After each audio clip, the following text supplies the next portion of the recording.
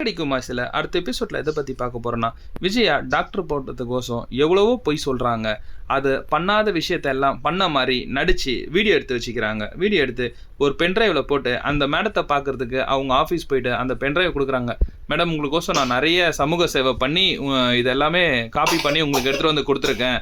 அதனால் இதை பார்த்துட்டு நீங்கள் தான் எனக்கு எப்படியாச்சும் பெரிய மனசு பண்ணி இந்த பட்டத்தை வாங்கி கொடுக்கணும். கண்டிப்பாக உங்களை மாதிரி நிறைய நல்ல உள்ளவங்களுக்கு நான் ஹெல்ப் பண்ணுறது தானே இந்த இடத்துல இருக்கேன்றாங்க.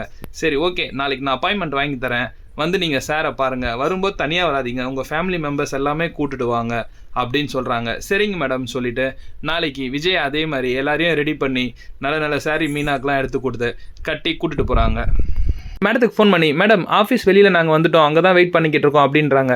என்ன விஜயா, நான் உங்களை எத்தனை மணிக்கு வர சொன்னேன், நீங்கள் எத்தனை மணிக்கு வந்திருக்கீங்க? சார் இப்போ தான் லஞ்சுக்கு கிளம்புனாங்க, சரி கொஞ்சம் வெயிட் பண்ணுங்கள், அவங்க வந்துருவாங்க அப்படின்னு சொல்கிறாரு. எல்லாரும் வெளியே வெயிட் பண்ணுறாங்க. எல்லாரையும் பிடிச்சி செம்மையாக திட்டிகிட்டு இருக்காங்க.